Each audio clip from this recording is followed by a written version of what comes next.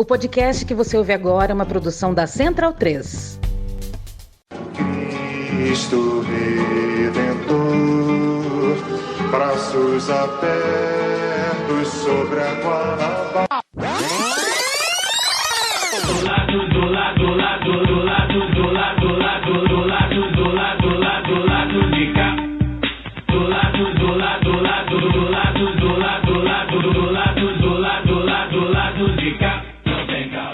Bom momento, espectadores e espectadoras do lado B, e bom momento aos ouvintes da Central 3. Hoje é segunda-feira, dia 29 de setembro de 2025, e eu sou Caio Belandi, direto do Céu Estúdio, chegando para o lado B do Rio 372, aqui no YouTube primeiro, e também no feed de podcast. Você que está no YouTube, a gente tem um tempinho aí que a gente não fez YouTube nos últimos meses. Bem-vindo de volta, deixa seu like, veja se você está inscrito.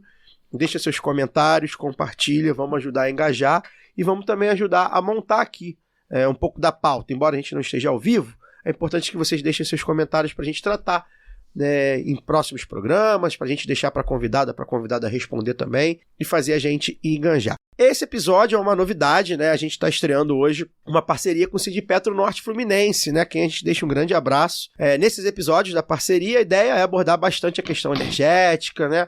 Falar da Petrobras, claro, um pouco de soberania, de investimentos, de emprego, combustível, enfim, tudo que cerca aí o tema. A gente está bastante feliz com a chegada, né, do Sindipetro NF para somar com a gente continua com a parceria também com o escritório Normando Rodrigues, ou seja, uma triangulação aí, Carrascal, Arrascaeta, Luiz Araújo. Triangulação com o Sindipetro NF e com o escritório, então agradecer a confiança dos dois entes aí importantes pra gente. O time tá completo novamente, Daniel Soares e o Fagner Torres Lima aqui no estúdio comigo, além da Luara Ramos via internet. Hoje a gente recebe também virtualmente aqui para bater esse papo Rosângela Busanelli, engenheira geóloga, mestre em sensoriamento remoto e petroleira há 38 anos na Petrobras e atualmente também representando o sindicato no conselho de administração da empresa, representando os trabalhadores, né, no conselho de administração da empresa. Rosângela, bem-vinda, obrigado por aceitar nosso convite, boa noite. Boa noite a todas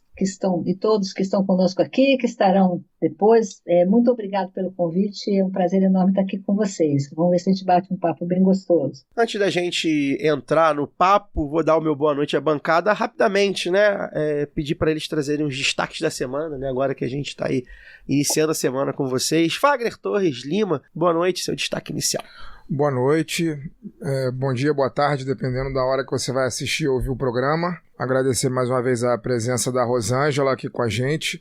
Vamos falar, acho que é um tema muito necessário que a gente vai tratar. Já visto que a Petrobras é a principal empresa brasileira e, enfim, ela, mesmo que a gente não imagine, ela está no nosso cotidiano todos os dias, né? A Petrobras está sempre na nossa vida de alguma forma, sejamos nós servidores públicos dela ou não. Agradecer também Daniel Caio e também Gil, que está aqui com a gente. O meu destaque inicial, cara, eu acho que não poderia ser diferente. Eu queria falar um pouco sobre a repercussão, ou melhor, eu queria repercutir um pouco a subida de tom, vamos chamar dessa maneira, embora eu acho que ainda muito insuficiente nos discursos em defesa do povo palestino que a gente vem acompanhando, enfim, esse massacre, esse genocídio que o Estado de Israel tem protagonizado em Gaza há muito tempo, desde outubro de 23, quando aconteceu o ataque do Hamas. A gente vem acompanhando de perto, a gente já fez 2 programas a respeito disso, já entrevistamos 2 pessoas que de certa maneira são, né, absolutamente envolvidas com a causa palestina, porque ou são palestinos ou são descendentes de palestinos, e eu tenho notado na mídia empresarial e mesmo nas ações diretas nas ruas, ao redor do mundo, eu diria, finalmente um apoio massivo à população de Gaza, no sentido de denunciar o genocídio que o Estado de Israel vem protagonizando ali em Gaza. A gente tem que lutar com as armas que nós temos, e se o que nós temos aqui é a voz, a gente tem que usar a nossa voz para denunciar, a palavra é essa, mais uma vez, denunciar o genocídio, o morticínio que o Estado de Israel protagoniza, né, na cidade de Gaza, né, sobretudo com crianças e mulheres, né? As imagens que chegam para nós, a grande maioria delas pela internet, porque as televisões brasileiras, infelizmente, elas têm um lado nessa causa e claramente não é o caso, não é o lado dos oprimidos, é o lado do opressor, né? Mas a internet está aí para poder mostrar as imagens são aterradoras. Eu particularmente já perdi a conta de quantos jornalistas, e aí é uma parte que me toca muito, uma vez que também sou jornalista, quantos jornalistas foram assassinados nesse projeto genocida que está se estendendo desde outubro para cá, de 2023 para cá. A gente viu aí na última semana, na Assembleia Geral da ONU, alguns discursos muito bem colocados, inflamados e muito bem colocados. Foi o caso do presidente Lula, foi o caso do presidente da Colômbia, Gustavo Petro, né, que é uma figura que, na minha concepção, emerge aí na América Latina como um grande líder internacionalista. Não à toa ele também é muito questionado pelas classes médias e altas colombianas, porque a classe média e alta colombiana não difere da classe média e alta brasileira. É basicamente o mesmo extrato de pessoas, enfim, muito bem nascidas e que tem a sua vida pautada na exploração das camadas mais pobres. Na Colômbia acontece o que ocorre aqui no Brasil. Então, não à toa ele também sofre esse desgaste político lá, mas eu acho que emerge como uma liderança latino-americana muito importante em defesa da causa palestina e em defesa do internacionalismo, né? A gente tem visto aí manifestações massivas na Europa, sobretudo.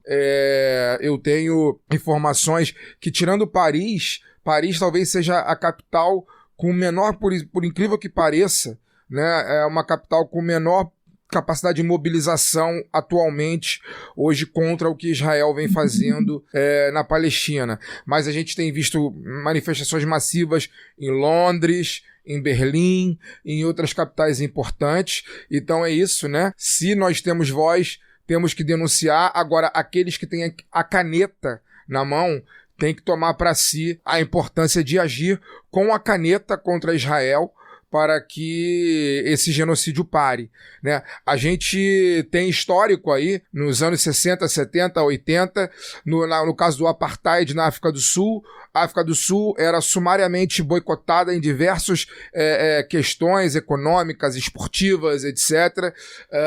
A Rússia vem sofrendo sanções depois que iniciou a guerra na Ucrânia. Por que Israel passa impune a um genocídio como esse? Por que um ataque violentíssimo aos direitos humanos como esse que Israel protagoniza em Gaza não reverbera economicamente contra o Estado de Israel? Essa é a pergunta que a gente tem que se fazer.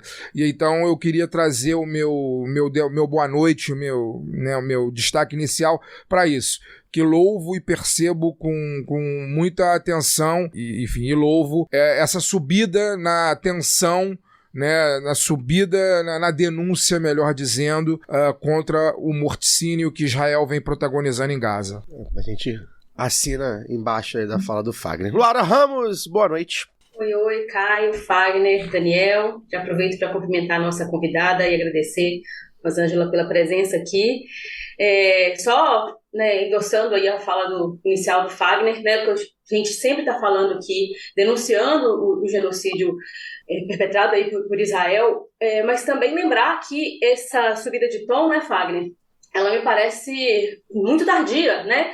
Foi preciso que milhares de palestinos morressem. As imagens iniciais já chocavam, mas só agora que começaram, né, a falar mais alto. Me parece que há uma tentativa também de fugir aí dos tribunais internacionais, né, de se mostrar agora do lado certo da história. Mas por que essa demora? Eu acho que isso também precisa ser pontuado, tanto para lembrar aqueles que não se calaram desde o início, como para lembrar que muitos se calaram até agora. Por mais que seja louvável, né, antes tarde do que mais tarde, eu acho que acordos foram esses que suportaram ver milhares de mulheres, idosos, crianças mortas e mutiladas, né? Eu acho que nenhum acordo vale isso. Mas eu quero trazer meu destaque inicial aqui eu não posso deixar de comentar, como vocês podem imaginar, né, quem já viu, deixar de comentar o editorial do jornal o Globo desta segunda-feira, 29 de setembro, que defende a privatização dos Correios, sob o risco de ninguém mais querer comprar. Inclusive porque o debate sobre as privatizações e parcerias, né, público-privadas, as PPPs, repercutiu bastante nas redes, pelo menos na minha bolha, principalmente ali entre os comunistas, né, depois da participação do ministro Fernando Haddad no podcast, em que ele fala abertamente sobre a lei das PPPs, né, do qual ele foi redator. Ele chega a citar o ProUni também, que, se não me engano, foi idealizado, né, ou teve uma grande contribuição da professora Ana Estela Haddad. E eu nem vou entrar aqui na questão de quem está certo, qual a minha opinião, porque eu acho que isso não rende só um destaque, né, rende um programa inteiro. Mas o meu ponto aqui é outro, né, eu acho que é um debate urgente, porque ele confronta algo que me parece que carece a esquerda brasileira, né? Que é um projeto nacional de desenvolvimento. A gente não tem como discutir uma reforma tributária, taxação de super ricos e não falar o que a gente pretende com esses recursos. Então, né? Que investimentos devem ser feitos, quais são os serviços essenciais. E aqui, percebam que eu não uso a palavra básicos, né? Eu falo essenciais, né? Eu estou falando de uma postura altiva, de proposição, né, sobre o que a gente precisa, deseja, quer, porque esse papinho também rola com outras estatais, né, com a Petrobras, que nós vamos falar bastante aqui hoje, e não é só de agora. Existe desde sempre, né, um debate rasteiro de dizer que não existe capacidade de o setor público concorrer com o setor privado, só que isso nunca foi questão, porque o que se pretende com o serviço público não é a concorrência, mas a sua universalização, né? A garantia de que esse serviço chegará a cada cidadão brasileiro. E aí que eu acho que entra também a questão fiscal, né? Mas não tem dinheiro. Me lembro de um trecho das Vias Abertas da América Latina, aquele famoso, em que o Eduardo Galeano, o autor, fala que na América Latina é normal, né? Sempre se entregam os recursos em nome da falta de recursos. Então, acho que enquanto não tivermos clareza, né, do que a gente quer como país, como direcionar, por exemplo, serviços de empresas estratégicas, como a da produção de energia limpa, que pode ser feita pela Petrobras, o desenvolvimento da cadeia logística com os Correios, a remunicipalização da água para reverter os problemas causados pela privatização do saneamento. Enquanto essas questões não forem orientadas pelo que a gente quer para melhorar a vida da nossa gente, vai ser como se a gente estivesse correndo em círculo, né? E aí eu quero indicar também a entrevista da professora Madalena Chauí, publicada na Folha de São Paulo neste último sábado, se não me engano, né, do dia 27 de setembro, porque eu acho que ela traz pontos interessantes para que a gente pense essas categorias que ela, como marxista, reafirma. Porque há muita confusão, né? Já tem muita confusão sobre essas afirmações que a professora faz sobre a classe média brasileira. Mas ela deixa evidente que não se trata de uma abordagem sociométrica, como no caso, né, do que é feito pelo IBGE, por exemplo, mas é uma abordagem dialética, porque, de novo, né, se reafirma como marxista. Enfim, a entrevista é polêmica, acho que vai gerar muito debate ainda, tem posicionamentos controversos, mas eu quero destacar justamente um trecho em que ela conceitua uma sociedade totalitária, né? Ela afirma que o totalitarismo é quando todas as formas de vida, todas as relações sociais são idênticas. Então a escola é uma empresa, o hospital é uma empresa, o indivíduo é uma empresa. E eu acho que isso está diretamente ligado ao debate da privatização, né, em que parece existir apenas a lógica da empresa, que é a lógica do lucro. Né? Não há espaço para se pensar, por exemplo, o bem viver. É a economia antes da vida, como se fosse possível que a primeira exista sem a segunda. Então, assim, já para puxar esse debate também, eu sempre gosto de partir de uma questão que eu considero justa e essencial. Né? Vou usar de novo essa palavra. Que a pergunta não é quanto custa, mas é quanto custa não ter. Maravilha. Também reafirmo aqui as palavras da Luara, os 2 destaques iniciais muito bons. Boa noite, Daniel. Ó, o nível tá lá em cima dos destaques iniciais, então dê seu boa noite, seu destaque. Boa noite a todos e todas. Queria falar um pouco sobre o tema da semana passada, né, do nosso programa principal, que foi aí das manifestações do dia 21 contra a PEC da bandidagem e contra os projetos de anistia, né? A gente viu que durante a semana, quando a gente gravou aqui na segunda noite, a indicação já era que a PEC ia morrer no Senado.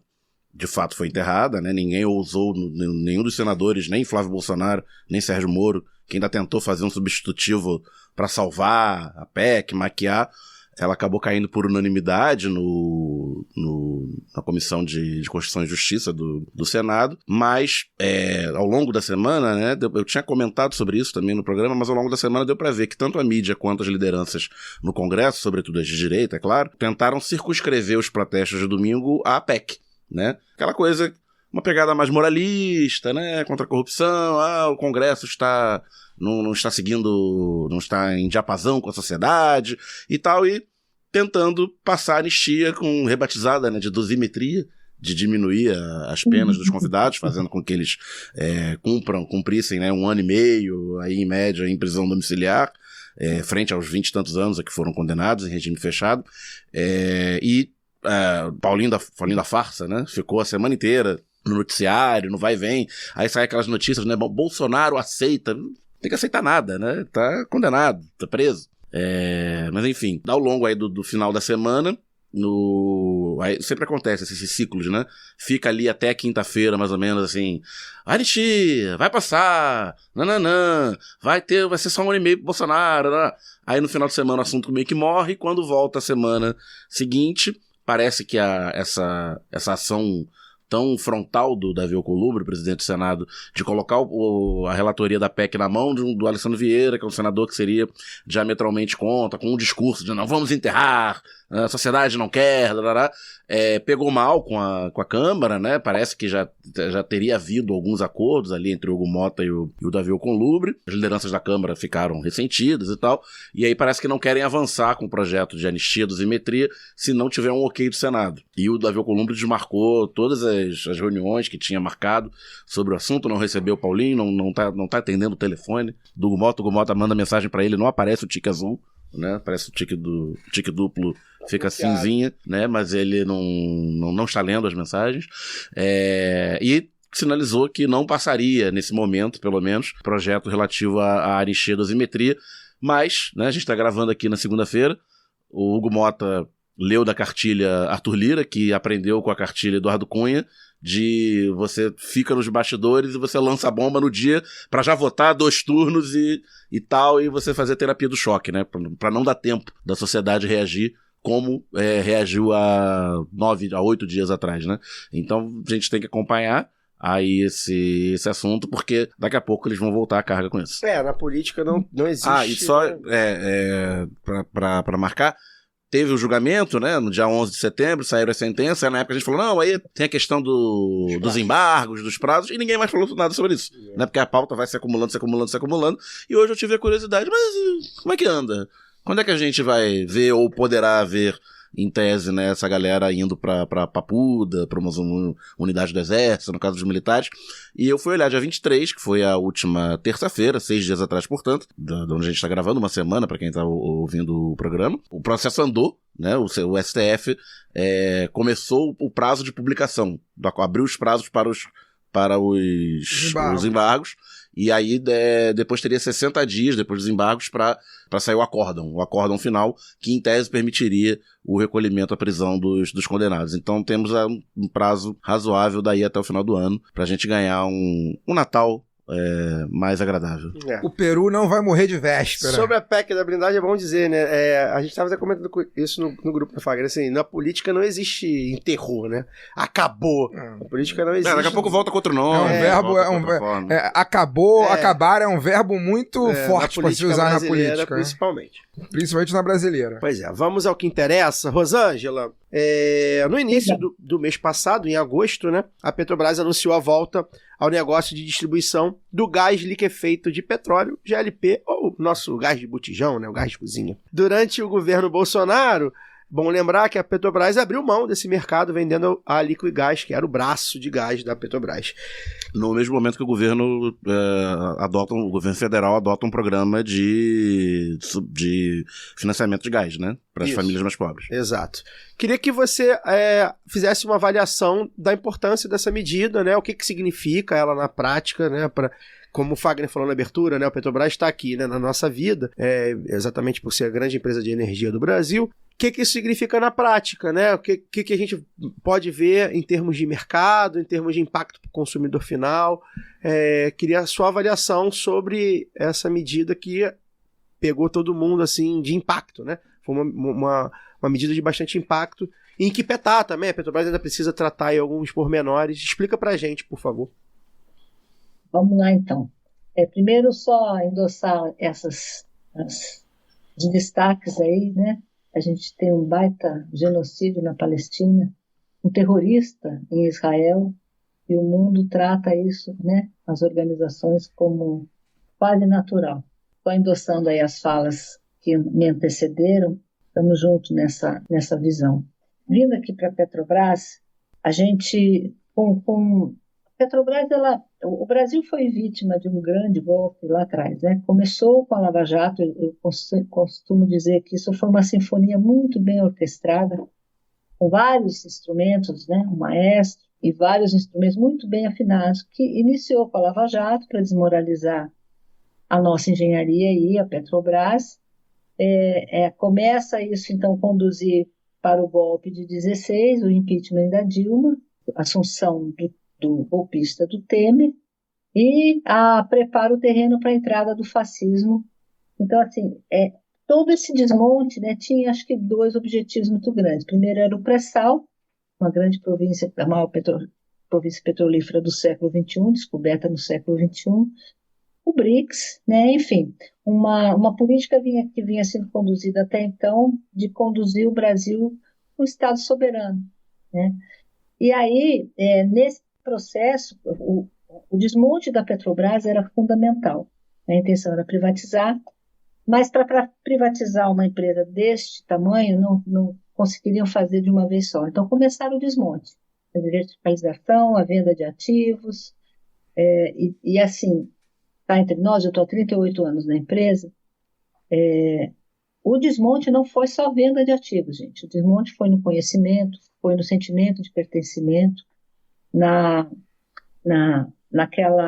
no convencimento de que a Petrobras não era crucial para o Brasil, que nós não tínhamos uma missão para com o Brasil enquanto maior empresa de energia, né, que ela foi fundada para isso, para abastecer o país, para garantir o abastecimento no território nacional. Era um sonho de brasileiros que sonhavam um país soberano lá na década de 50, e foram nos tirando isso tudo, tirando da maioria das pessoas.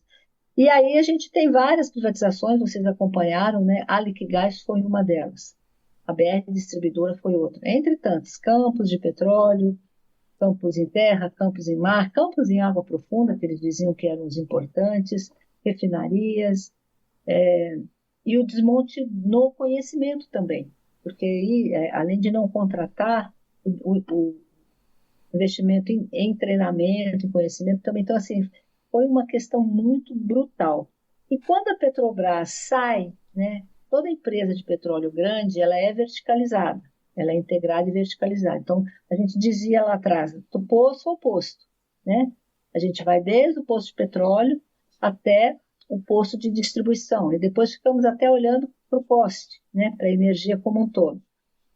E aí, quando se vendeu, eu entrei no conselho, fui eleita a primeira vez em 2020, eu não peguei a venda da Liquigás. A Liquigás foi consumada em 19.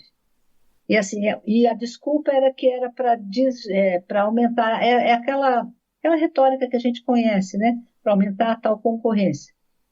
E como a colega colocou, esqueci o nome dela, um de vocês colocou aqui, eles tentam nos convencer que somos incompetentes. Quando a gente descobriu o pré-sal, vocês se lembram? Isso não é tudo que o PT está falando, eles estão inventando. Quando a gente provou que era, mas não tem capacidade para produzir, tem que chamar as empresas. É um complexo de colonizado que não tem fim, não é de vira-lata, não, é de neocolonizado. Então, assim, a gente, além de ter uma missão social para com o país, de universalizar esses serviços, como muito bem foi dito, nós somos competentes, sim. Tão competentes que atrapalhamos a iniciativa privada. Então, para que a concorrência, entre aspas, entre, a gente tem que sair do páreo porque a gente é muito melhor, né? E a gente não tem do que se envergonhar. E aí com a venda da Liquigás, quando eles tiram a distribuição da Petrobras, tanto do gás quanto do combustível, a gente está vendo hoje a consequência, ela começou a aparecer, né? Ela foi sendo montada. Quando o Estado sai, o crime organizado entra, né? Hoje, a população paga, eu moro aqui em Macaé, norte do Rio, norte fluminense. O bujão de gás aqui a gente paga R$150, como em vários outros lugares. A Petrobras entrega os 13 quilos do GLP hoje a R$34,70. Não dá, R$35. E o consumidor final está pagando 100, 90, 120, 150, a depender da milícia ou do traficante que está de plantão nessa distribuição. Assim como eles entrarem em outras questões, né? Então, isso fez com que o crime organizado entrasse. Eu até brinquei com um rapaz que veio me entregar aqui em casa. Falei, por que vocês cobram 150 se a Petrobras entrega, na época era 37, hoje já é 35? Porque senão o tráfico me pega. Então, assim, e aí a população paga esse preço, né? Era fundamental para a Petrobras também, porque isso é lucrativo, né? E para a população, então, é uma proposta, que até fui eu quem levei para o Conselho, e conseguimos aprovar por unanimidade, que beneficia a sociedade, principalmente, porque esse é um combustível o mais social que nós temos, o gás de cozinha, né? Que a gente viu aí as pessoas se queimando com álcool, se queimando com lenha para poder cozinhar, porque como que alguém que paga um aluguelzinho, que ganha o salário mínimo ou menos, vai gastar R$150 num bujão de gás, né? Então, ele é um combustível muito social. E então ganha a população e ganha a Petrobras, porque isso dá dinheiro. Nós não estamos fazendo caridade. Então, por que não fazer, né? Então, o efeito, agora a gente está se preparando para voltar à distribuição, estudando uma forma de voltar para começar. E só o fato da gente anunciar já começa a ter aquela preocupação de ir agora, né? Como é que vai ser? Eu vou ter um concorrente que consegue vender mais barato. Eles começam a entrar no CAD, as associações de distribuição vão reclamar. Isso faz parte do jogo, assim como fez quando a gente começou a tratar o combustível com uma outra forma, né? E a gente aprovou também nesse dia não só o retorno da distribuição do gás, a gente aprovou também o retorno dos combustíveis. Na questão dos combustíveis, a gente tem uma limitação contratual, porque quando venderam a BR Distribuidora, eu peguei só a última parte da venda, já estava privatizado, houve um contrato nessa venda, um contrato de uso da marca, né, porque as pessoas não sabem que o posto BR Petrobras não é da Petrobras, é de uma empresa que hoje chama Vibra. Então, além de usar a marca, eles colocaram uma cláusula que proíbe a Petrobras de competir no varejo. Olha que coisa linda, né? Não basta entregar e deixar usar a marca, impede que você retorne. E aí a gente tem uma questão jurídica para vencer, mas assim que em último caso, venceremos em 29, mas a batalha tem que ser para que a gente vença isso antes e volte também para o combustível, porque o combustível é a mesma história. A gente abaixa na refinaria, os postos aumentam. Quando a gente aumenta, eles já aumentam antes. Quando a gente diminui, eles ou não diminuem proporcionalmente, ou não diminuem, ou como na última ocasião aqui, Brasília e Belo Horizonte, quando a Petrobras anunciou a diminuição, eles anunciaram aumento. Então, assim, não tem, a ANP está sem braço, né, para o controle. E quando quebra o monopólio, se criou as agências reguladoras que deveriam fiscalizar isso. Mas, a depender do governo, isso não funciona, como não funcionou no governo fascista. As agências trabalharam no sentido oposto, né? Não para proteger o consumidor e a economia, para proteger o setor privado. Porque a venda das refinarias, a venda das distribuidoras, ela atendeu, e a venda da distribuição do gás foi um acordo, não foi uma exigência. Foi um acordo que beneficiava o setor privado, né? Então, assim, é super importante a gente voltar, porque a gente pode viabilizar tanto o gás quanto os combustíveis a um preço muito mais justo para o consumidor final, tendo lucro. Essa história eu vou passar para o Fagner, só porque eu queria fazer uma parte antes. A gente tratou aqui algumas vezes sobre Petrobras. E eu sempre fico chocado, essa informação eu já sabia, não é nova, eu acompanho o noticiário, mas a informação do posto Petrobras não ser da Petrobras sempre me pega, né? Está proibido contratualmente de ser da Petrobras. Os caras venderam a parada e mantiveram o nome Petrobras para iniciativa privada, gente. É assim... É o escracho, né? É realmente... Ou seja, eles pegam a credibilidade da Petrobras, pegam todo... Porque era BR distribuidora, né? Já era outra marca. Já era outra marca, mas enfim, era Petrobras. Enfim, sempre você falou e eu lembrei de novo. Todo programa eu falo o quanto isso é chocante. Fagner, só mais uma coisa também, Caio, para poder aproveitar, né? Já que a Rosângela fez essa exposição aí do que aconteceu no passado recente, eu queria retroceder um pouquinho, porque na minha fala inicial eu falei das privatizações, né, Rosângela? E é muito doido porque os caras falam assim, falam em concorrência, mas a primeira coisa que eles fazem é dificultar que as empresas públicas possam concorrer. E aí, se a gente for lembrar, olhar lá no pós-golpe, né, no imediato ali quando a presidenta Dilma, a primeira coisa que aconteceu ali foram quebras de contratos firmados com a Petrobras para poder permitir os leilões, né, aquela coisa toda, que resultou no desmonte da indústria naval, do setor de petróleo e gás, destruiu milhões de empregos, mas ninguém falou que isso gera insegurança jurídica. Só quando o setor público atua que, não, mas aí vai gerar insegurança jurídica. Aí não pode, olha, tem que ver os contratos. Mas quando eles quebram os contratos, quando eles golpeiam os contratos, aí não atrapalha a concorrência, né? Destrói uma empresa pública, mas isso não atrapalha a concorrência. Quer dizer, que lógica é essa, né? É verdade.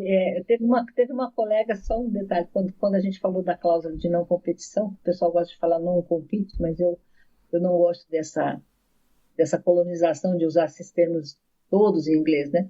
E a gente estava falando num grupo, ela falou, gente, olha que ironia, né? O liberalismo proibindo o livre mercado. Pois é. Quer dizer, livre mercado só se for sem a estatal. Com o estatal não é mais livre mercado. Então a gente não pode ser eficiente. Mas vamos lá, é isso, né? É BR distribuidora, tanto que o símbolo da Petrobras é BR, né? Isso. Então, era uma subsidiária e está lá, e a maioria da população acha que está abastecendo num posto Petrobras.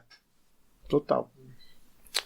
Rosângela, Fagner falando aqui, queria que você desse um apanhado geral sobre como se encontra a Petrobras hoje, né? Porque a gente vem acompanhando esse desmonte já há muito tempo, né? Basicamente de 2016 para cá, depois que, na verdade antes, como você mesmo colocou, né, porque a Lava Jato ela é anterior a isso, a Lava Jato é a ponta de lança que deságua no golpe, né, e de lá para cá a gente acompanhou tudo, a venda de refinarias por duas mariolas, e vem acompanhando todo esse processo até que culmina na eleição do Lula de 2022, e a gente imagina que de 2022 para cá a diretriz, obviamente, da empresa é outra, e a gente queria entender, talvez ter um panorama como está a Petrobras hoje em relação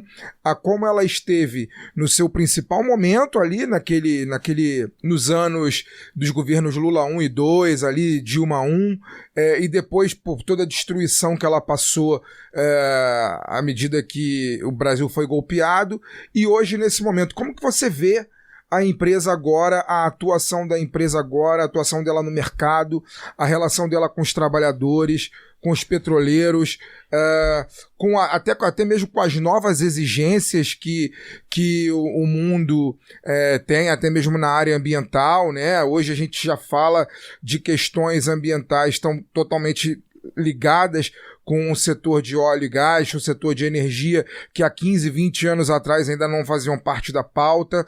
Como que você vê a Petrobras em 2025? Acho que a pergunta é mais ou menos essa. Então, como era a Petrobras, né? Como estava a Petrobras lá em 2013, 2014? A Petrobras estava super pujante, né?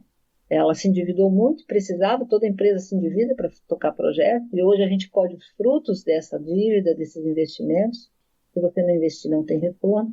E a gente caminhava, nessa época, para a soberania energética. A gente tinha projetos não só na exploração e produção, né? A gente já estava autossuficiente em petróleo. A gente atingiu a autossuficiência em 2006, um pouquinho antes de descobrir o pré-sal. A gente descobriu em 2006, 2007, a gente atingiu a autossuficiência com um campo aqui na Bacia de Campos, ao Albacora Leste, que foi vendido. O fascismo, gente, ele é muito atencioso com a simbologia. Nós distraímos muito com isso. E isso é um erro nosso, da área progressista. Eles venderam a primeira refinaria do Brasil, que foi a RENAM, na Bahia. Eles tentaram destruir toda a Petrobras no Nordeste, porque o Nordeste, inclusive, né, não vota no fascismo, em massa. Eles venderam esse campo, essa plataforma P50, que nós atingimos a autossuficiência em 2006. E aí, como a economia estava crescente, a gente perdeu a autossuficiência em seguida e recuperamos depois com o pré-sal. Então, a gente estava buscando naquela época, a gente tinha a obra da Abreu e Lima, refinaria Abreu e Lima em Pernambuco, que a Lava Jato parou tudo, né? Parou todas as obras, mandou parar todos os contratos, e tinha um projeto para mais 2 refinarias no Norte e Nordeste, eu acho que era Maranhão e Ceará, não me lembro exatamente, para a gente não só ter autossuficiência no petróleo cru, mas como também no combustível, e exportar, inclusive, porque de lá para exportar para a Europa e para o Golfo do México seria extremamente estratégico. Então, a gente tinha um projeto de soberania energética do Brasil, né? Da gente ser autossuficiente, exportador não só de petróleo, mas de combustíveis. E tinha também o projeto de ampliação dos fertilizantes. Fertilizante nitrogenado é um produto que a petroquímica e o petróleo tem tudo a ver, né? Um dos principais insumos é o gás. E então a gente estava com essa fábrica, a Petrobras readquiriu a fábrica do Paraná, a Fafem Paraná, que se chama ANSA, que eles tentaram vender e não conseguiram. Eu ajudei a barrar, eu e mais um conselheiro lá, muito bom. Tentaram vender as 2 fábricas do Nordeste, na Bahia e em Sergipe, as Fafem, Sergipe e Bahia. Não conseguiram vender, puseram para hibernar e depois arrendaram. Conseguimos resgatar recentemente a posse dessas fábricas, porque a empresa que comprou, ela não estava mais operando, e quando deu o boom no preço do fertilizante agora, com o início da guerra do conflito Ucrânia e Rússia, que o preço aumentou, essas empresas que estavam arrendando as fábricas e produzindo passaram a exportar, porque não tem compromisso com o Brasil, tem compromisso com o lucro. E eles paralisaram uma obra da maior fábrica de fertilizantes que seria da América Latina, em Mato Grosso do Sul, em Três Lagoas, que a gente chama de UFN3, que está sendo retomada agora. Então, assim, o desmonte foi muito grande, né? E assim, é muito mais fácil destruir do que construir. Então, a gente está nessa pegada de reconstrução da empresa, e isso leva muito mais tempo do que a destruição, né? Leva muito mais tempo. E a gente, assim, se criou, né, nesse período, uma coisa que a gente ainda não conseguiu corrigir, é essa visão de que a Petrobras tem que distribuir muito dividendo. Não basta distribuir bastante, tem que distribuir muito dividendo. E isso viciou o mercado e viciou o controlador também, né? Hoje a gente paga muito dividendo também para pagar juros de dívida. E assim, essa visão da Petrobras, a gente tem que melhorar essa visão, porque a Petrobras não é um caixa forte. A Petrobras é uma empresa que alavanca o desenvolvimento do país e que tem um compromisso social muito grande, né? Ela não pode ser vista como caixa forte de onde você tira o dinheiro para pagar algumas coisas até questionáveis, na minha opinião, né? A questão do equilíbrio fiscal, etc. e tal. Então, a gente em 23 começa para as privatizações, né? Vem uma decisão do Lula, um ofício através do ministro que não podiam vender mais nada, tinha coisas ainda na lista para vender. A gente começa a resgatar uma parte, a gente declara em 23 no Conselho que vai voltar para fertilizantes e para petroquímica, que havia sido abandonado. A gente muda um pouquinho a fórmula da pagamento de dividendos, mas foi muito tímido. A gente tinha que ter avançado nessa política de dividendos. As petrolíferas grandes do mundo não têm política não declaram quanto vão pagar, decidem depois. E a gente tem compromissos públicos e se não fizer, vocês sabem o que acontece, né? Uma tortura, um terrorismo no mercado, enfim. Então, assim, a gente, aí até em 23 assume Jean Paul, começamos a reconstrução, mas começamos num ritmo um pouco lento. Depois assume Magda, que começa a tocar os projetos com mais velocidade, faz algumas trocas dentro da diretoria e consegue acelerar um pouco o processo, que estava muito lento lá atrás. E o tempo voa, né? Nós já estamos no penúltimo ano e a gente ainda tem muito o que fazer. E tem esse dilema da política de dividendos, que tem que pagar, né? Mas o quanto é que é a questão, na minha opinião. E essa coisa do Brent cair, que agora começa uma política mais de retenção, de cortes, de vamos ver como é que fica, porque antes era 100, agora está 65, e isso começa a colocar algumas limitações, mas a gente certamente está muito melhor do que, está menor do que estava, um pouco menor do que esteve, digamos assim, na parte de diversidade, né? A gente produz muito mais petróleo, mas está exportando muito petróleo. O ideal seria que a gente pudesse estar refinando esse petróleo e ter autossuficiência em combustíveis e exportar o excedente, que você exporta produto com valor agregado. Mas, enfim, resgatar as refinarias, a RLAM entrou em negociação, mas não está fácil, porque é claro que eles querem que a gente perca tanto na ida quanto na volta, né? Na venda quanto na compra, isso é inadmissível. A REMAN, lá em Manaus, eles nem estão refinando, eles estão usando a REMAN como estoque e distribuição. Gente, não teve uma venda que eu peguei ali, e eu peguei a maioria delas. Peguei a REMAN, peguei a RELAM, peguei a SIX, peguei vários campos de petróleo. Claro, votei contra tudo isso, argumentando, documentando. Não teve uma delas razoável. Nenhuma delas. Né? Porque a política era o seguinte: para de investir, desvaloriza e vende. Né? Então, até o valor é questionável. E a REMAN, então, o pessoal lá do norte está pagando altíssimo, eles importam o combustível e vendem acima do PPI.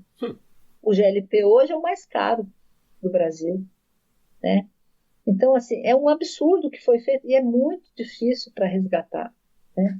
Não é tão fácil quando a gente imagina, né? Principalmente porque para desmontar é muito fácil. A reconstrução dá muito trabalho, inclusive para você não ter prejuízo duas vezes. Né? Como não dá para botar o pé na porta, né?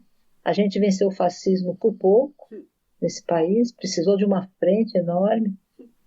Então, assim, um congresso cada vez, né? A máxima de nada está tão ruim que não pode piorar, me assusta muito. Então, a gente tem muita dificuldade de fazer coisas mais radicais, né? Peço licença para dar uma pausa no programa e apresentar os nossos parceiros. O sorteio para apoiadores e apoiadoras do lado B é um oferecimento da Camisa Crítica. Ouvinte tem 10% de desconto no cupom Lado B no site www.camisacritica.com. Tem lojinha física da Camisa Crítica no Sol e Sombra, bar que fica no bairro Bela Vista, em São Paulo. Já aqui no Rio, tem no armazém do MST, na Lapa, e na livraria Leonardo da Vinci, no centro. Camisa Crítica criada para uma esquerda que não tem medo de dizer seu nome. Aproveite e siga nossos parceiros nas redes sociais. Obrigado pela atenção e voltamos ao programa. Tem necessidade? Não. Desculpa te interromper, mas só quero aproveitar essa sua fala para incrementar com uma outra dúvida minha. Diante desse cenário que você coloca, diante, né, do avanço do tempo, como você muito bem colocou, a gente já está no 3º ano do governo, próximo ano basicamente é só eleição. Né? Você vê a Petrobras mais protegida contra esses ataques especulativos de abutres que ela foi vítima há alguns anos atrás, na própria na própria Lava Jato e da forma como tudo se desencadeou depois disso.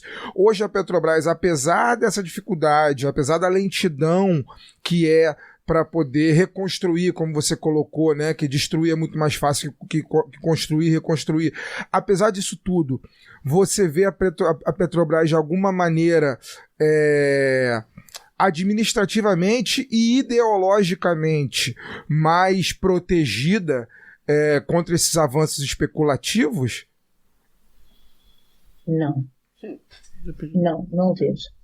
Não vejo porque, assim, a gente ainda tem muita gente lavajatista dentro da empresa, né? A gente tem algumas gerações, que a gente brinca, eu sou da época do monopólio, eu entrei na Petrobras em 87, né? A gente era imbuído de uma missão para com o Brasil, e nada tira isso de nós. As gerações mais novas já chegaram num outro cenário, e as que chegaram já quando a gente estava no pré-sal, já perdeu um pouco da referência. Eu tenho recebido os novos empregados.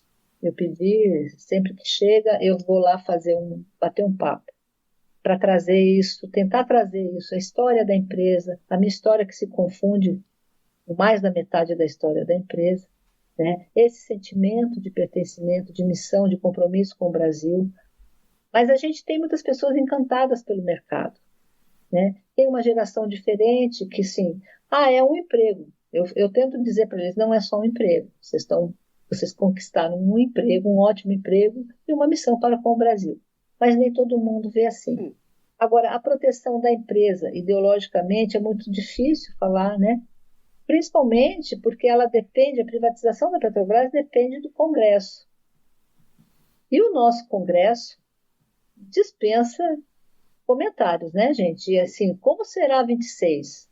A extrema-direita está de olho no Senado. Nós vamos ter muito trabalho para melhorar o nosso Congresso. Então, assim, essa proteção, ela de fato, né, de fato, no fim da linha, ela está lá. A gente pode mobilizar, a gente pode sensibilizar a população, a gente está investindo mais em comunicação, mostrando o que é essa empresa, a importância dela. As pessoas às vezes não querem trabalhar na Petrobras, né? Petróleo é uma coisa ultrapassada. Existe a gente vai falar um pouquinho disso, né? Mas existe uma demonização dos fósseis no planeta e o Brasil está importando um discurso um problema que não é nosso. A gente precisa conversar sobre isso também. Então, assim, a gente tem muito trabalho pela frente. Eu não a vejo protegida. Tem muita gente boa, ideologicamente, que defende a missão original dela, mas tem muita gente boa que vê nisso um emprego e você SA e vamos para frente, meritocracia e bora. Esse é o problema. Rosângela, mais uma. Eu sei que você está com um horário apertado, mas acho que dá tempo para mais uma rapidinha. Dani? Rosângela, conforme o panorama que você falou, né, a partir da pergunta do Fagner, a Petrobras ela perdeu muitos instrumentos nos últimos 10 anos, né, para ser a empresa pública, a empresa nacional de petróleo, que ela foi criada para ser, que ela é ainda, né? Mas ela tem muito menos instrumentos hoje para interferir na economia a partir do controle e dos preços e da oferta, da demanda de combustível e também de orientação de investimentos, né, para o desenvolvimento nacional, porque a Petrobras sempre foi também um motor do desenvolvimento. Como é que você vê o papel da Petrobras hoje num cenário de transição energética e de crise climática, e o dilema, você acabou pincelando um pouquinho, né, na sua resposta anterior, e o dilema de que a gente precisa de mais combustível, a gente precisa de combustível barato para promover o desenvolvimento nacional e controle de inflação, né, e vários níveis, né, com a gasolina a R$8 você dispara preço de alimento e aumenta a pressão sobre o preço de transporte público, uma série de coisas que se eu for enumerar aqui, né, a gente não sai daqui hoje. Ao mesmo tempo que a gente precisa desse combustível farto e precisa do combustível barato, a gente precisa cumprir metas de redução de emissões, frente a protocolos de acordos internacionais e da necessidade de tratar a questão do clima. Como é que a Petrobras se posiciona hoje quanto a isso? Essa equação é bem complicada, né? Eu gostaria de começar dizendo o seguinte, uma coisa que Eu acho que a discussão sobre transição energética está muito superficial, né? Vários jargões vindo aí, várias retóricas. Agora, os fatos, vamos para os fatos. Quem é o maior emissor de gases de efeito estufa no Brasil? Não é o petróleo, é a mudança da ocupação da terra. Desmatamento, queimadas e agronegócio. Responde por mais de 70% das emissões. Então, a gente, assim, eu sempre falo isso, a gente tem que olhar o planeta, claro, eu sou ambientalista, antes de ser petroleiro eu já era ambientalista, né? Mas nós temos uma pobreza energética gigantesca no país, nós temos que trabalhar para garantir, para diminuir, para combater a pobreza energética, para garantir a soberania energética. E nós temos uma das matrizes mais diversificadas do planeta. Hoje nós temos uma matriz energética, a proporção de renováveis na nossa matriz é maior do que todo o planeta quer chegar em 2050. Então, esses fatos precisam ser considerados quando a gente olha para nós mesmos e temos que responder como a gente contribui com a redução das emissões. Se a gente fechar todas as torneiras de petróleo no Brasil, nós não vamos resolver o problema. Não vamos cumprir a nossa meta. Primeiro que nós vamos começar a importar petróleo que tem uma pegada de carbono pior que a nossa. O petróleo do pré-sal tem uma pegada baixa de carbono, menor. Segundo, que nós vamos virar um país extremamente problemático, dependente de importação, porque o consumo não vai acabar, ele vai reduzir um pouco, mas ele até 2050 ele está grande aí, né? Então, assim, a gente tem que olhar essa coisa renovável, a solução... Dá uma olhada, eu fiz um levantamento sobre as eólicas no agreste brasileiro. Passivo socioambiental de balde. O modelo de implantação desses parques eólicos foi o modelo do latifúndio, desrespeitando as famílias, são pequenas famílias que mal entendiam o que estavam assinando, sendo exploradas, problemas ambientais seríssimos, painel solar devastando caatinga. Então, gente, menos.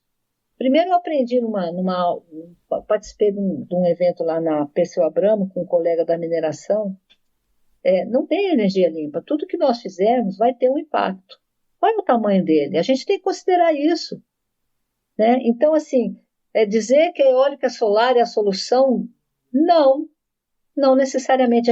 Eu acho que a gente precisa discutir muito isso.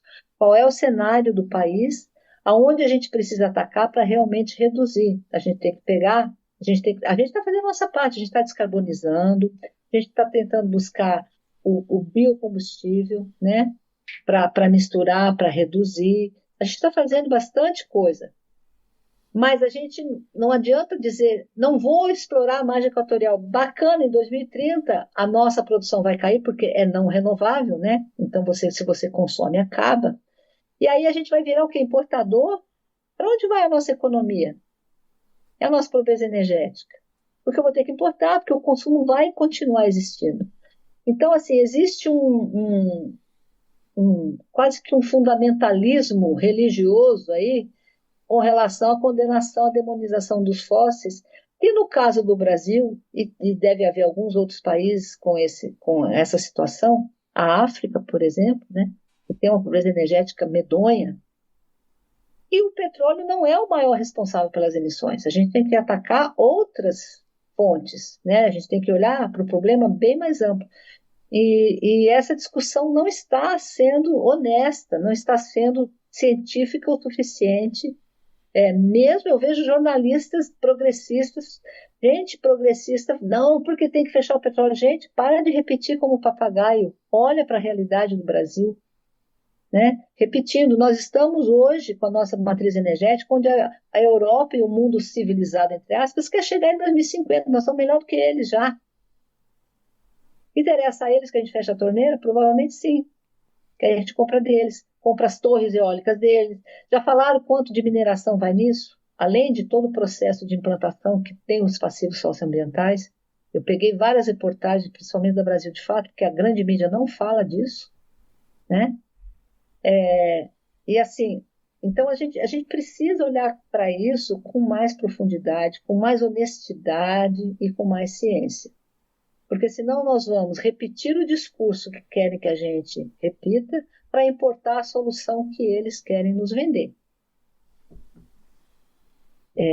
Eu vejo muito por aí. E a Petrobras tem feito, sim, muito trabalho para descarbonizar as operações e está investindo em renováveis porque a Petrobras, eu sempre falo lá dentro, a gente não tem que entrar nessa... Você sabe que está tendo excesso de oferta, né, das renováveis, e que inclusive está impactando o sistema de distribuição. Então, assim, esse planejamento não está muito bom. A gente está tendo muita geração na eólica solar, que está tendo um excesso de oferta e que está gerando impacto, porque são energias intermitentes, né? Então, é isso, depende do sol, depende do vento, e gera alguns impactos. E essas comunidades que estão afetadas por essas energias, elas não recebem essa energia. Inclusive, às vezes, elas recebem o impacto que essa energia gera na distribuição. A gente tem que aprofundar o debate, gente, né? Não dá para fazer o que muita gente está fazendo aí, jornalistas, até jornalistas legais, assim, que repetem isso. Eu fico, gente, por favor, né? Vamos olhar a coisa mais ampla, vamos olhar como um todo, né? Vamos olhar como um todo. Então, Luara, vamos lá. Agora a gente conseguiu negociar aqui um tempinho com a Rosângela, então temos mais uma pergunta, a Luara vai fazer. Não, eu não posso deixar de aproveitar a sua presença aqui, Rosângela, e essa nossa parceria com a companheirada aí do Sindipetro NF, sem deixar de perguntar, né, das prioridades da categoria petroleira. Afinal, temos aqui uma representante das trabalhadoras e dos trabalhadores, você está aqui como essa representante, e fala pra gente, assim, quais as prioridades, quais são os eixos de campanha, salarial, inclusive, também, mas dessa missão, né, Petrobras, que vocês carregam, que os trabalhadores petroleiros estão pensando em defesa da Petrobras, em defesa dos próprios direitos, e também já entrando aí também em campanha, né? Falei de campanha salarial, mas também de campanha eleitoral, porque sabemos que temos lado, o lado dos trabalhadores, mas também o lado progressista. O que você traz aí pra gente desses desafios que a categoria já está em campanha? Então, só para assim, eu não posso, como conselheira, como representante dos trabalhadores no CA, eu não faço nenhuma defesa dos trabalhadores em si, né? Esse é um papel dos sindicatos. Então, o papel de todo conselheiro, e essa é uma coisa, um processo até de adestramento, porque eu saí do sindicato, né? Eu podia aposentar em 17, minha história é interessante. E aí, com o golpe, eu falei, não vou nem aposentar, como eu vou para o front. Aí eu me candidatei junto com a turma lá do Sindipetro NF, fui para a diretoria. Aí eu ia aposentar em 20, eu sou geofísica na empresa, né? E aí o NF me propôs candidatar para o CA. Foi uma negociação interessante. Então, e aí eu tive que sofrer um adestramento, porque lá no CA, quem é conselheiro tem que estar lá para defender os interesses da Petrobras. Inclusive assuntos de trabalhadores, tudo que diz respeito a gente, benefícios, salários, tudo eu não posso, pela própria legislação, eu não posso participar, não posso nem votar e nem discutir. Então, assim, como trabalhadora, que eu vejo assim que a gente, não como conselheira, né? Então, como conselheiro, eu tenho que olhar o melhor interesse da Petrobras, não dos trabalhadores. E isso, o Lula criou essa vaga para a gente em 28 de dezembro de 2010, foi uma das últimas coisas que ele promulgou ali antes de sair do segundo mandato, né? Criando a vaga de representação da força dos trabalhadores e trabalhadoras nos conselhos das estatais. E foi muito importante, porque a gente traz lá, então a missão da gente lá é defender o melhor interesse da Petrobras com a visão de quem trabalha nela, que a maioria no conselho não sabe nem o que é petróleo direito, né?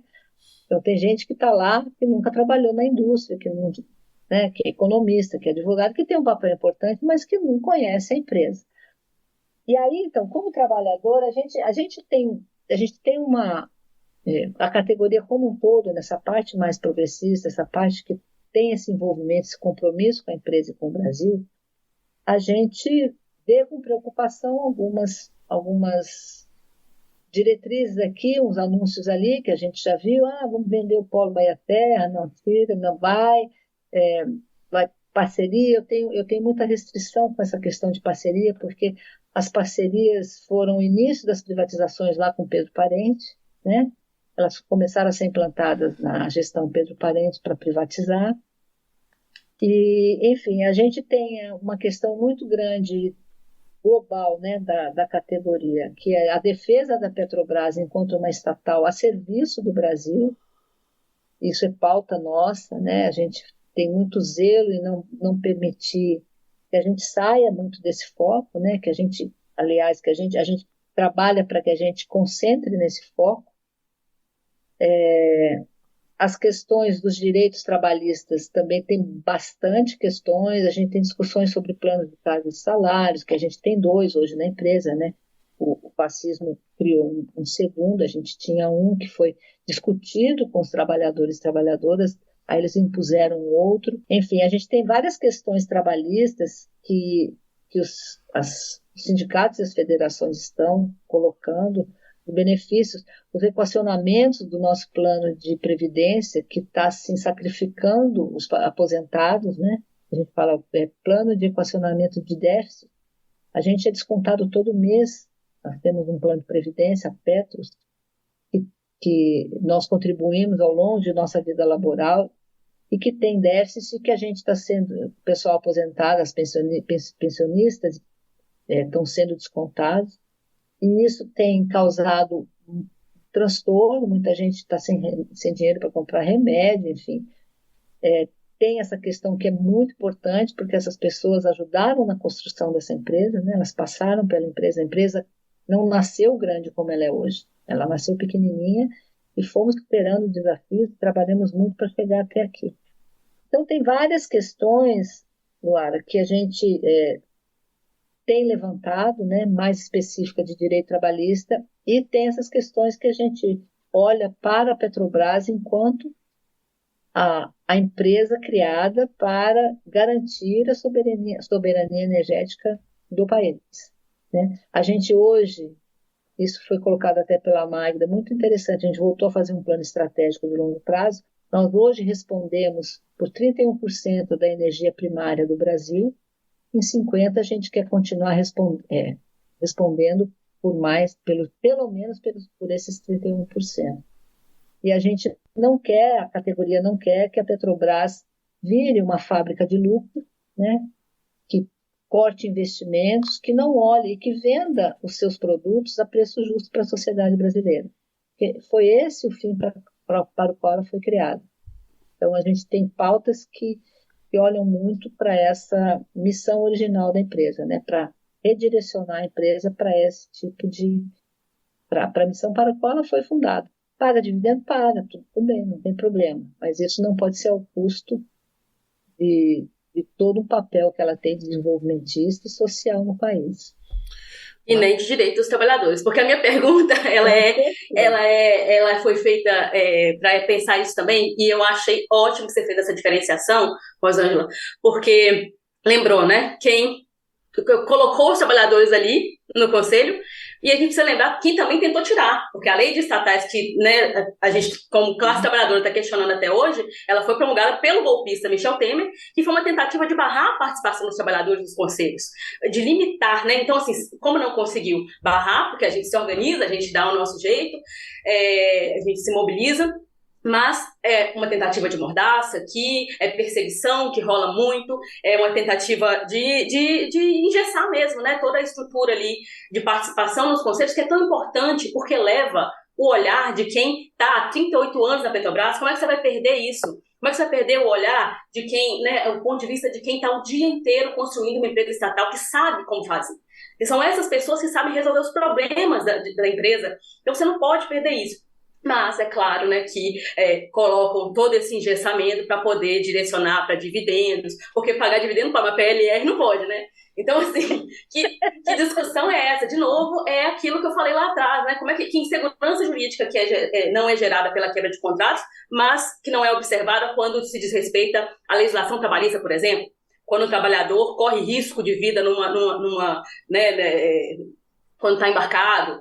Esse tipo de coisa precisa entrar não só na conta, mas na discussão do que é essa missão Petrobras, né? Do que é essa missão que a categoria petroleira carrega, que outros trabalhadores, né, de empresas estatais carregam, porque nós estamos falando de desenvolvimento estratégico, né, de para onde nós queremos ir. Então, agradecer mais uma vez a sua resposta, essa diferenciação do papel, que eu acho que é muito importante, mas também quero lembrar aqui que existe, sim, né, uma lei que ainda nos engessa. E aí, trazendo para a pergunta do Fagner, né, para a questão que o Fagner trouxe dessa segurança, né, se a Petrobras está mais blindada. Então, a gente também precisa lutar contra esses mecanismos que foram, né, colocados depois, como, por exemplo, eu citei aqui da lei das estatais. Como é que a gente revoga isso? A gente precisa pensar, sim, em novos mecanismos que façam com que os trabalhadores, permitam que os trabalhadores acessem esses conselhos, que possam participar, que a gestão das estatais sejam mais democráticas também. Legal. Perfeito. Rosângela, muito obrigado pela sua participação. Acho que a gente conseguiu dar um bom debate sobre a situação na Petrobras de várias vertentes, né? São muitos assuntos, a gente separou aqui várias outras coisas, mas a gente sabe também que o tempo não dá conta de... Até que cobriu bem nossa listinha. A gente cobriu bem, né? Deu para segurar aí. Mas é que Petrobras é um assunto que tem muita coisa, né?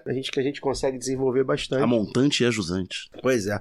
Então, obrigado pela sua presença, mesmo que virtual, pelo seu tempo também, que você disponibilizou pra gente. Deixa seu recado final e espero que em breve a gente volte a bater papos e com notícias talvez mais positivas, né? Melhores, né? Um desenvolvimento aí maior também da empresa, que é fundamental para nossa soberania. Mas se a gente for pegar direitinho, tem muita coisa positiva do que a Rosângela falou. Só tem. Melhoramos. Tem muito. Obrigado, Rosângela. Boa noite. Imagina, eu agradeço o convite, muito bom estar com vocês. Me chamem de novo, vamos tentar se a gente consegue fazer uma outra pessoalmente, né? Que eu não moro aí, então eu tenho que aproveitar das viagens que eu vou. Obrigada mesmo, está ótimo conversar com vocês. Como mensagem final, né? Eu acho assim que a Petrobras, ela é uma empresa sonhada por brasileiros que queriam um país soberano. Nós construímos a Petrobras do nada, vencendo todos os desafios, contra tudo e contra todos. Saímos do zero. Diziam que não tínhamos petróleo, descobrimos. Diziam que não tínhamos capacidade para produzir e distribuir. Nós fizemos. Nós superamos todos os desafios. E a gente precisa olhar para essa empresa com muito carinho. E nós, como brasileiros e brasileiras, temos muito do que nos orgulhar do nosso Brasil e da nossa Petrobras.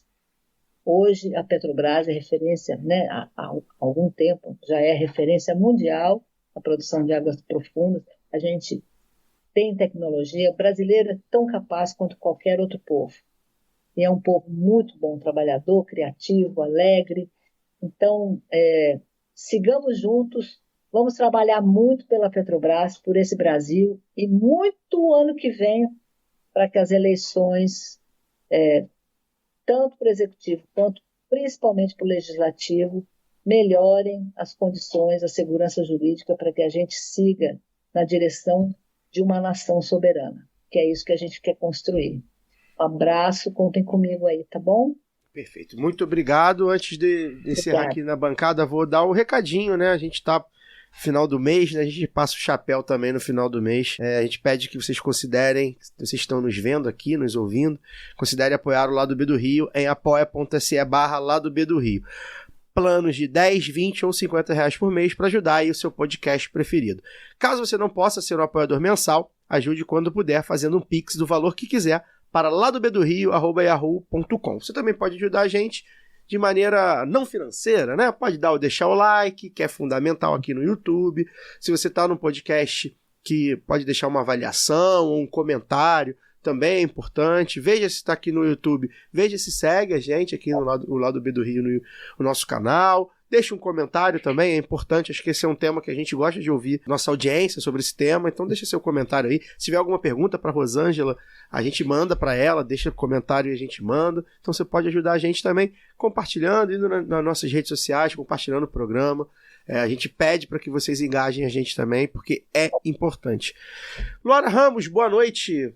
Boa noite, Caio, Fagner, Daniel, Rosângela, obrigada mais uma vez. Eu acho que é sempre uma alegria receber mais mulheres aqui no programa. Está rolando a conferência, né, a 5ª Conferência Nacional de Mulheres, e em julho o presidente Lula sancionou, né, a reserva aí de 30% das vagas dos conselhos, né, das empresas estatais para as mulheres.